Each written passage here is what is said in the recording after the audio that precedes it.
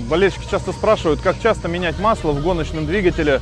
Отвечу просто, и для многих это будет удивительно. Мы не меняем масло в течение сезона. Просто двигатель так много обслуживается и так много подвергается инспекции, что масло сливается. Очень часто мы заливаем свежее масло. Кроме того, из-за того, что большой расход масла, картерными газами его выбивает в специальный маслоотбойник. Дальше мы его сливаем и утилизируем. То есть в течение сезона масло в моторе практически всегда свежее. Плановые замены, например, через 3 гонки или через 10 гонок не существует. За это время мотор несколько раз вскрывается и масло обновляется.